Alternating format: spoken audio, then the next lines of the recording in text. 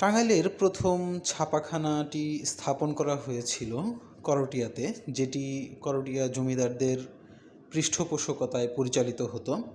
এই ছাপাখানা থেকেই বিভিন্ন গুরুত্বপূর্ণ বই এবং পত্রিকা প্রকাশিত হতো।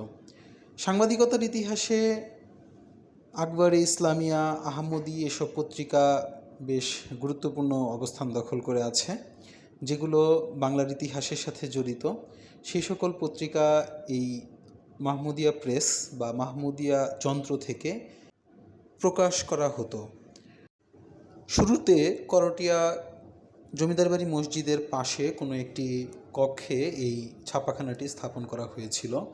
পরবর্তীতে রোকেয়া হাই মাদ্রাসার কোনো একটি কক্ষে সেটি স্থানান্তর করা হয় বলে জানা যায়।